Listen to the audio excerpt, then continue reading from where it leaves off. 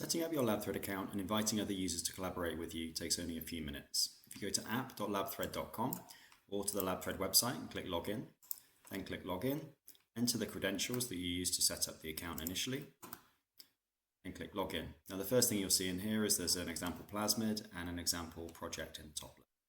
What you probably want to do to start with is add some of your other team members to the account to be able to work with them collaboratively. You do this by clicking in the top right on Subscription, click on Employees, and then click Add Employees. You then add their first name, second name, their email address, and then select the position that you want that employee to have. You have three options. The first is Owner, which gives them full account access, the same as you have as the creator and administrator of the account. The second is Manager, that allows them to create projects, invite other people to collaborate on projects, and generally manage the projects. And then Scientists, that allows them to log ELNs, log samples, and create genetic designs. So probably for most users, you will want to add Manager and Scientists. They are not mutually exclusive options. They can be multiple different, each user can have multiple different positions within the organization. Once you've done that, those people will be added to this list. They'll get an email, they can click on that, create their own password, and they can log in. That is how you add employees within the LabThread system. You can add them yourself. If you want to increase your subscription or add additional users that maybe have joined your organization, you can do that from within the subscription area by simply adding more licenses. Once you've done that, in the example project, automatically any new user that you add will then be added collaboratively to see that project. That just means when you first create the account, if you added two of the users, they will automatically be attached to this project.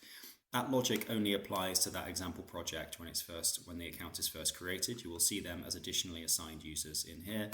If you create a new project, that's your project, and if you wanted to allow the other users to see that project, you will have to actively add them. Now, there are many different types, states, fields within the LabThread system that come pre-populated. So for example, here in the list of projects, you can see we have types. These will automatically appear within your account when it is created. Similarly, if you click State, you have these 4 different states here for project states. If I click the project to open it, you can see that within tasks, we have types as well, scientific as well as states. State, here we go, state, in progress, completed, or failed. Now, if you want to control any of these, you can click on the setup section on the bottom left. You'll see that the left-hand sidebar goes to a light blue, just so that you know that you're in the setup area.